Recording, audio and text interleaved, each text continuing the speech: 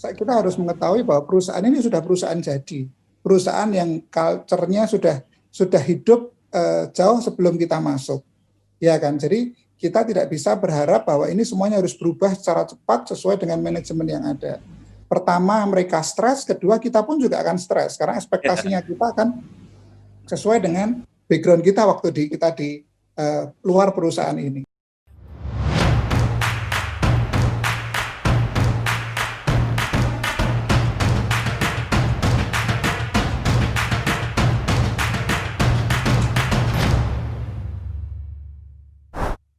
Oke, kembali lagi di acara Success Talk Total Quality Indonesia. Kita kembali di part yang kedua bersama Direktur Rosalia Express, Bapak Justinus Rosanto Adi.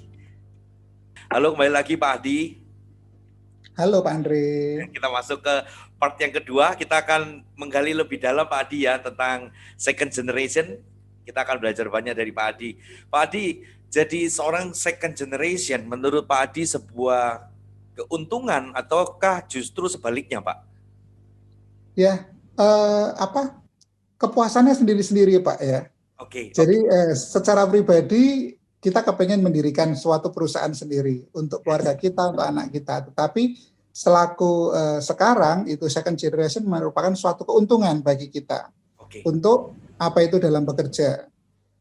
Itu karena apa? Dengan di second generation ini perusahaan ini sudah berjalan. Ya kan, secara technically itu semua udah berjalan dengan lancar, dengan baik. Sehingga kita tidak dituntut untuk menjadi perfect setiap saat, setiap bagian. Karena semua sudah berjalan. Nah, kita mempunyai waktu membuat skala prioritas, mana yang harus kita benahi dulu, mana yang kita harus rapikan, dengan waktu yang cukup. Itu Pak Andre. Yes. Jadi sebenarnya kalau ada teman-teman mungkin di luar sana yang sekarang jadi as a second generation, sebenarnya ini start yang bagus Pak Adi ya justru ya. Ini sebuah keuntungan privilege lah ya saya bilang. Karena sistemnya sudah ada, orangnya juga sudah ada, bisnisnya sudah ada. Tinggal sekarang bagaimana buat strategi ke depannya lebih bagus. Begitu Pak Adi ya. Pak Adi dalam waktu mengembangkan as a second generation dari waktu Pak Adi masuk sampai dengan sekarang, menurut Pak Adi hambatan yang paling besar Pak ketika menjalani sebagai second generation meneruskan dari first ya, apa Pak hambatan terbesarnya Pak Adi? Iya, komunikasi dengan karyawan-karyawan senior Pak. Oke. Itu yang paling berat. Itu paling berat Pak ya? Paling berat gitu. Secara komunikasi dengan first generation itu semua sudah berjalan dengan baik. Karena saya cukup mengenal orang tua saya juga cukup mengenal saya. Dan apa yang kita lakukan semuanya sudah dalam radarnya nih, sehingga on track itu sudah jalan. Namun saat melakukan perubahan, kadang-kadang yang senior ini kan susah untuk keluar dari comfort zone. Biasanya gini aja sudah bisa, kenapa harus berubah? Ya kan? Kalau saya berubah dapatnya apa? Ini yang terjadi di hubungan yang menjadi masalah utama dalam first generation dan second generation. Ya kan. Jadi orang-orang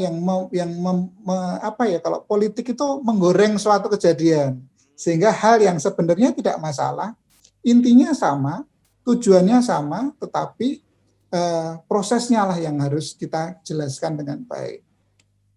Itu problem paling besar yaitu komunikasi kepada senior begitu Pak ya?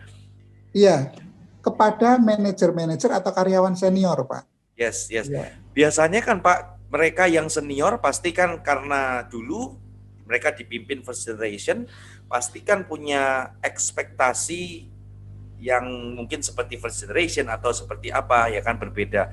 Pasti kan ekspektasinya kepada Pak Adi setelah melihat Pak Adi tentu kan ada perbedaan begitu Pak ya. Nah, mengatasi gap ini di depan mereka apakah cukup dengan komunikasi, dan kalau memang komunikasi seperti apa Pak yang harusnya dilakukan Pak Adi? Ya kalau saya karena tadi sebagai second generation saya melihat saya orangnya ini agak cuek Pak, iya kan. Secara target itu saya agak cuek, sehingga saya bukan tipe orang yang perfeksionis yang semua harus beres. Jadi selama saya memang belum mempunyai waktu untuk menghandle itu, saya biarkan itu bisa berjalan dulu, iya kan. Saya akan memfokuskan di satu bagian atau bagian lain untuk menjadi lebih baik. Dan saat itu menjadi baik dan terbaik, mereka lama-lama akan saling cooling down untuk saling masuk ke situ, ya kan. Oke. Walaupun itu butuh kadang-kadang perasaan ini gregetan atau apa itu pasti ada gitu. Tapi ya Iya. tadi kita harus lihat, karena kalau memang kita langsung head to head terus ya kita sendiri yang akan stres. Kita akan di sisi pekerjaan itu harus dilakukan, di sisi relationship beliau akan menyampaikan ke first generation, saya dengan first generation akan berbeda pendapat lagi. Padahal tujuannya sama, sehingga betul. kalau ada seperti itu saya lebih menarik diri, Oke. hilang dari peredaran dulu, dan fokus kepada bagian-bagian yang memang saya ahli di bidangnya, sehingga biarkan mereka melihat hasil. Sepertinya Pak Adi ini ya sabar sekali. Enggak Pak, enggak gitu. Ini apa itu waktu yang seperti itu Pak. Kalau 10 tahun lalu ya tidak sesabar ini. Ya, marah malah betul.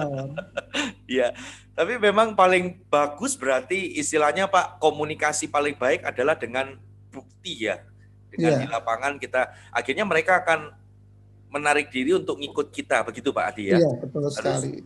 Kita harus bisa prove something baru mereka akan believe, begitu kan ya Pak ya? Daripada capek nanti berdebat, tidak ada hasilnya, tambah stres ya, gitu Pak Adi ya? Iya. Jadi kalau ada perbedaan pendapat, saya lebih baik menarik diri dulu, saya betulkan apa yang memang harus saya lakukan, sehingga saat hasil sudah terlihat, akan lebih mudah saya untuk berkomunikasi. Tapi pada waktu memimpin, pada waktu di awal-awal terutama Pak, menuju proses, sering nggak Pak, maksudnya ada mungkin dari karyawan atau yang senior yang tadi Pak Adi bilang, seringkali itu kan membanding-bandingkan begitu Pak ya? Iya. Ya seperti Pak Adi bilang dulu, Bapak mungkin cara pimpinnya begini, kok Pak Adi begini, atau dulu caranya begini, kok caranya Pak Adi begini. Apakah itu sama Pak? Maksudnya Bapak fokus ke departemen itu sehingga menarik orang lain, ataukah juga diiringi mungkin ada komunikasi tertentu atau cara-cara tips yang lain Pak Adi? Ya, kalau dibanding-bandingkan memang banyak karyawan seperti itu Pak, tapi kita nggak perlu nanggepin di situ. Ya kan, karena apa itu selama kita melakukan hal yang baik, ya kan kita tidak perlu merasa terintimidasi, ya kan. Tidak ada kata menang kalah antara orang tua dengan anak. Tidak ada rasa menang kalah antara first generation dan second generation, ya kan.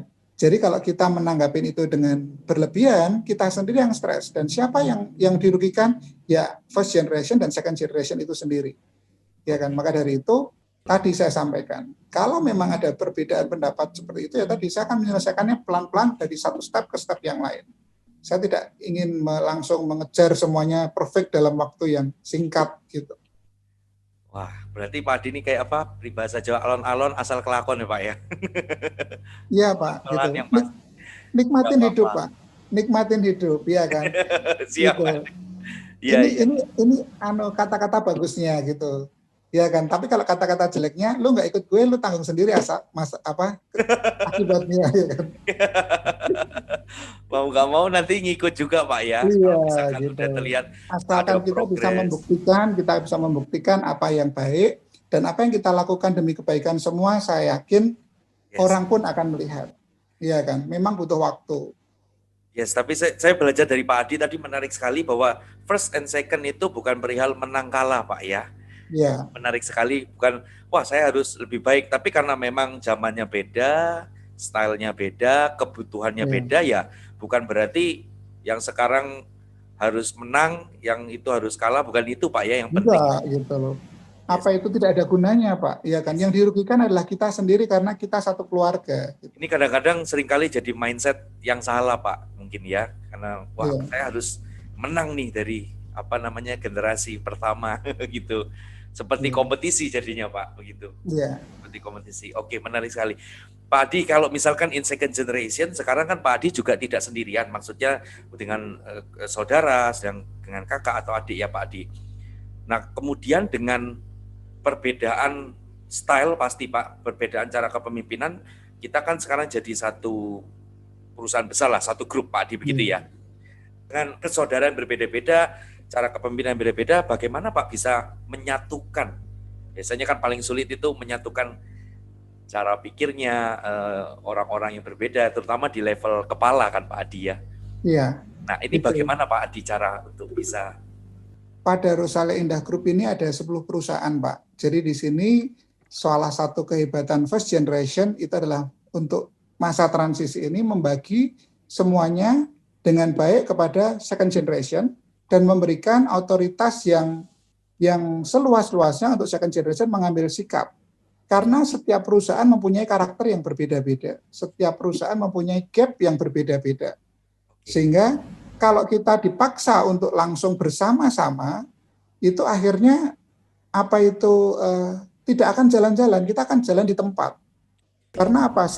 Ya tadi kita melihat seperti rumput tetangga lebih hijau, ya kan? Kelihatannya di sana enak, tetapi kita tidak tahu dapurnya mereka. Betul. Harus dicangkul dulu, harus dikasih pupuk dan sebagainya. Sehingga kita putra-putrinya diberikan kebebasan untuk mengambil sikap, untuk mengambil kebijakan sesuai dengan kejadian yang ada di unit tersebut.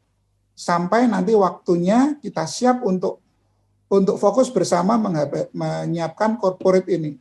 Selama kita belum siap, selama unit-unit ini masih membutuhkan perhatian khusus, ya kita belum mengarah ke sana, Pak. Okay. Tapi sudah diagendakan, direncanakan kapan kita harus duduk bersama untuk melihat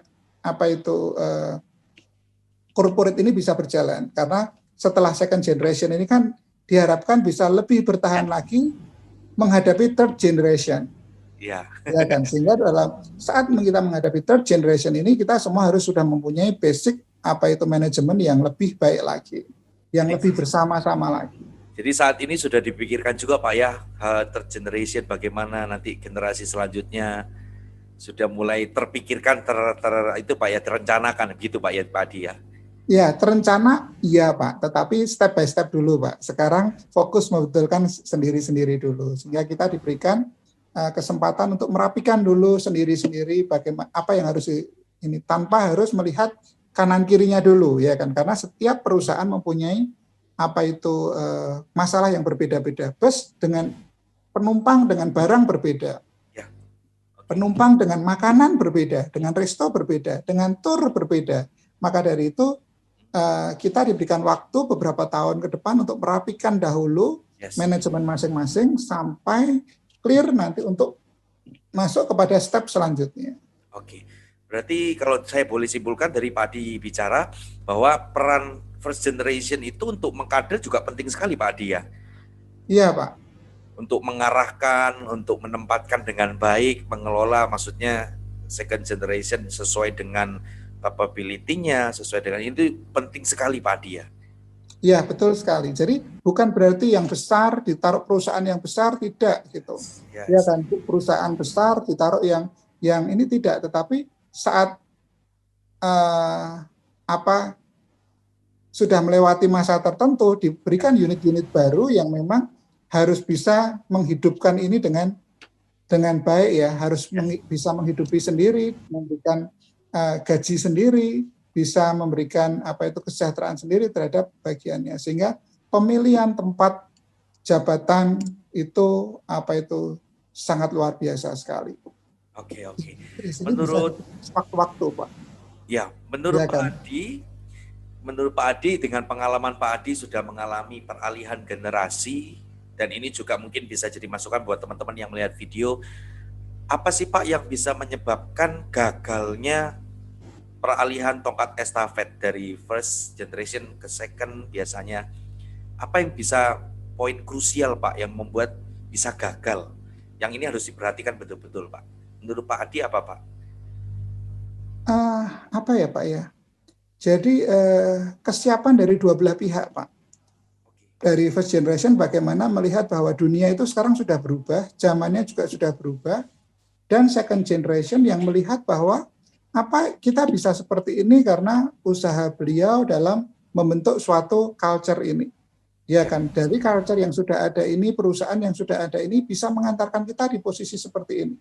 Sehingga kita mau bagaimana ke depan? Apakah kita mau lanjut atau tidak? Ya kan, dan saat kita mau lanjut, ya kita harus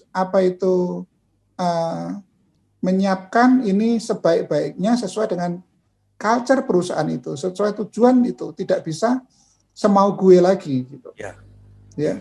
Nah, saat itu sudah berjalan, kita bisa melakukan dua-duanya. Harapan saya setelah ini sudah bisa berjalan, saya juga bisa membuat perusahaan yang itu saya sendiri gitu. Ya kan? gitu, walaupun membutuhkan waktu yang tepat untuk memulai itu. Berarti intinya ada kerjasama dua belah pihak nih Pak ya. Ya. Sama-sama mau mengerti kondisinya, si first generation harus tahu kondisi sekarang berubah, secondnya juga harus tahu bahwa sudah ada kultur yang dibangun, ada ini, harus bisa adapt juga, begitu Pak Adi ya? Ya. Pak Adi pada waktu kemudian Pak Adi masuk lebih jauh ke dalam perusahaan, kemudian mulai jalan lebih lanjut, berapa tahun kemudian, Pak Adi apakah penting untuk melakukan regenerasi orang-orang, maksudnya kan ada orang lama ya Pak ya?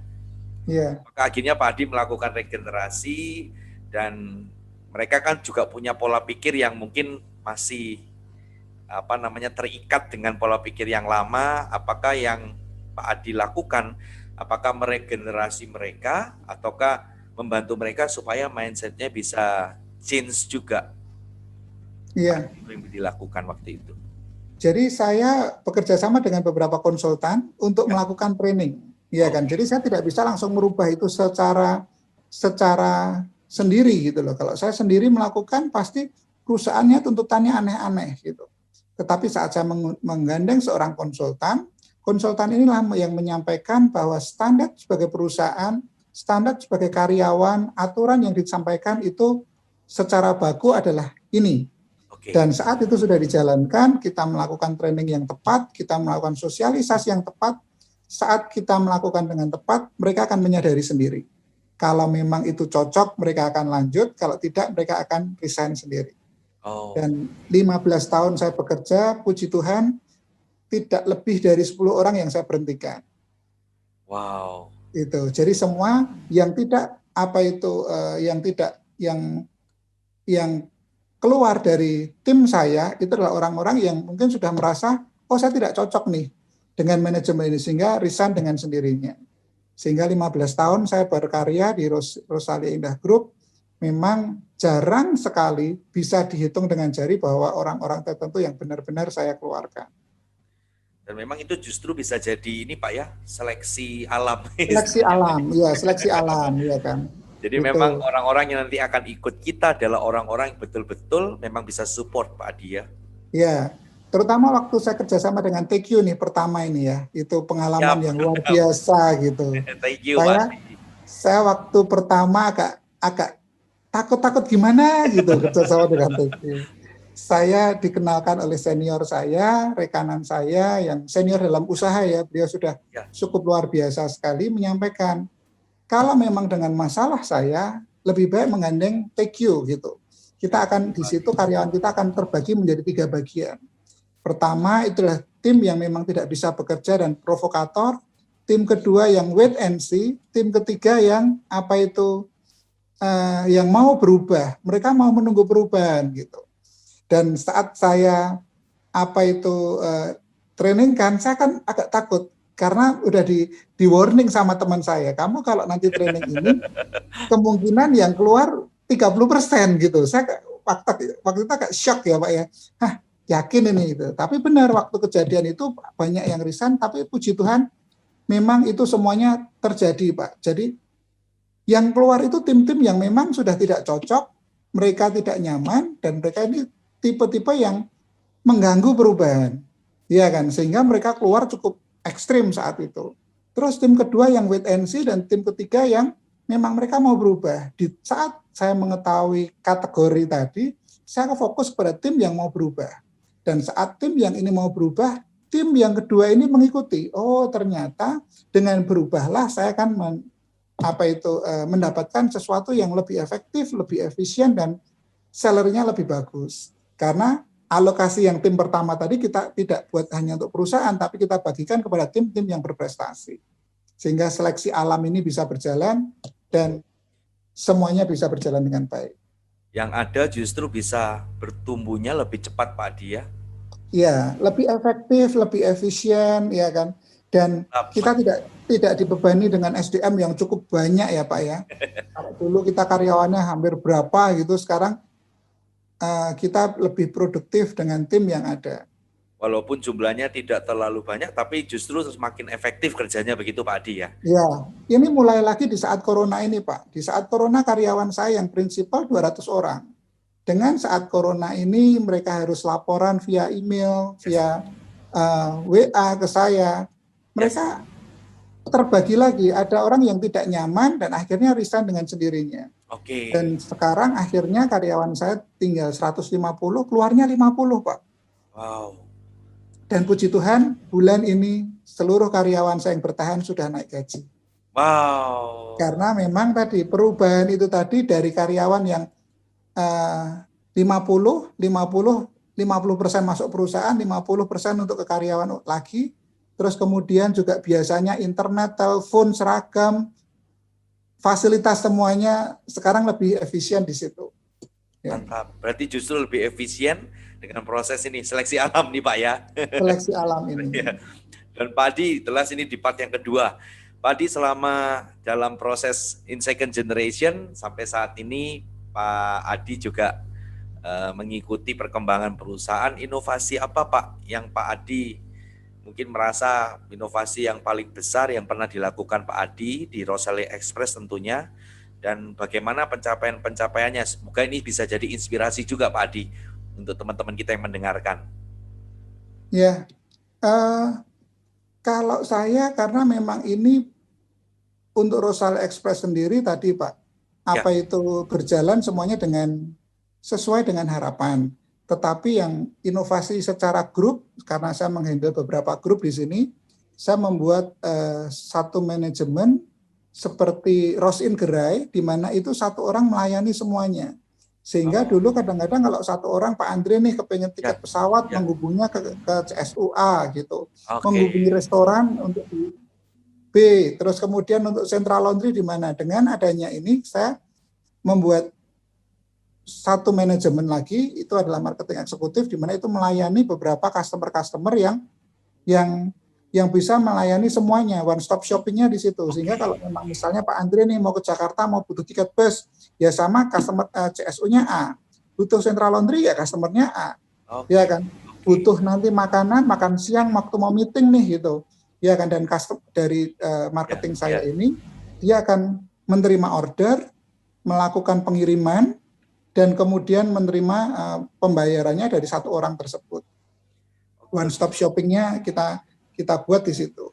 Jadi buat sistem yang ini inovasi one stop shopping atau one stop styling gitu Pak ya? Ya, gitu. Wow, jadi pasti jadi lebih efektif ini. Lebih efektif Kak. Ya, manajemennya juga kita rubah jadi satu. Kalau dulu dari unit A HRD-nya 1, unit B HRD-nya 1, unit C HRD-nya 1, sekarang kita gabungin sehingga muncullah tadi karyawan dari 200 jadi 150, sehingga satu orang bisa melayani 2 unit, 3 unit yang ada. Ini berarti sudah berjalan cukup lama Pak Adi ya dengan sistem saat corona ini Pak.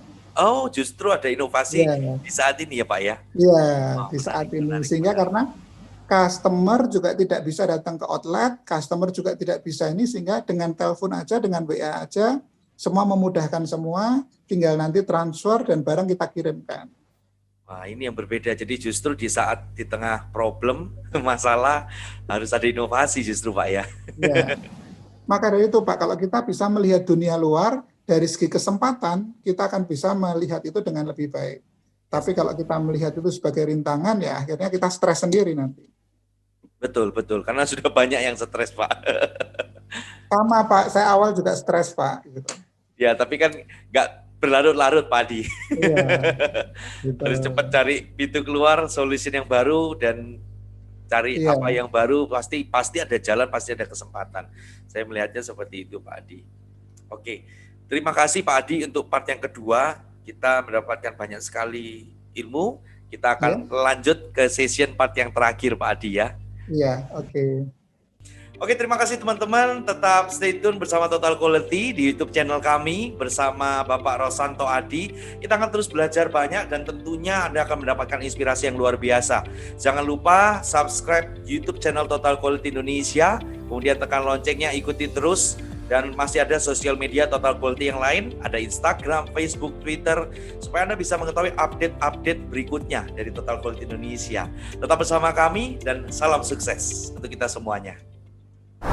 semakin banyak teman-teman mengumpulkan suatu kejadian, ke suatu kesalahan atau ketidaksesuaian, itu adalah suatu prestasi yang lebih bagus. Karena memang kita akan lebih jeli, akan lebih efektif, akan lebih kreatif dalam mengevaluasi.